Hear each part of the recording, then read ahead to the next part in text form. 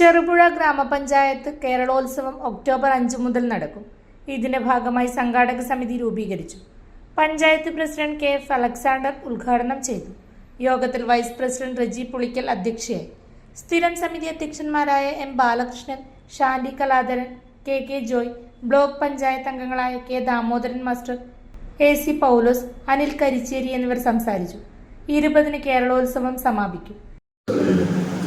ഇനി കാലാവസ്ഥ നന്നായാലും മോശമായാലും കേരളോത്സവത്തിന് തീയതി നിശ്ചയിച്ച് നടത്തുക മാത്രമേ പറഞ്ഞിട്ടുള്ളൂ.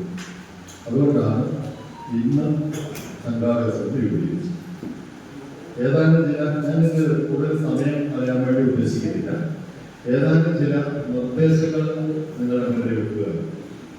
നമ്മൾ 5-ാം തീയതി മുതൽ 20-ാം തീയതി വരെയാണ് കേരളോത്സവത്തിന് സൗകര്യപ്രദമായ തീയതി കണ്ടിട്ടുള്ളത്.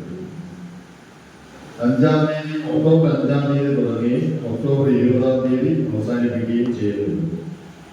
ഒക്ടോബർ 5-ാം തീയതി ഫുട്ബോൾ മത്സരത്തോടെയാണ് കേരളോത്സവം ആരംഭിക്കുന്നത്. 20-ാം തീയതി കലാമത്സരങ്ങളോടെ കേരളോത്സവത്തിൽ തിരശ്ശീലം. അപ്സര മലയോരത്തിന്റെ മടിത്തട്ടിൽ കനകകാന്തിയുടെ സുവർണമുദ്ര. അപ്സര ജ്വല്ലറി, മേലെ ബസാർ, ചെറുപുഴ, പാടിയോട്ടുചാൽ, മാതമംഗലം. പാരമ്പര്യത്തിലും പണിത്തരത്തിലും പത്തരമാറ്റിന്റെ തിളക്കം.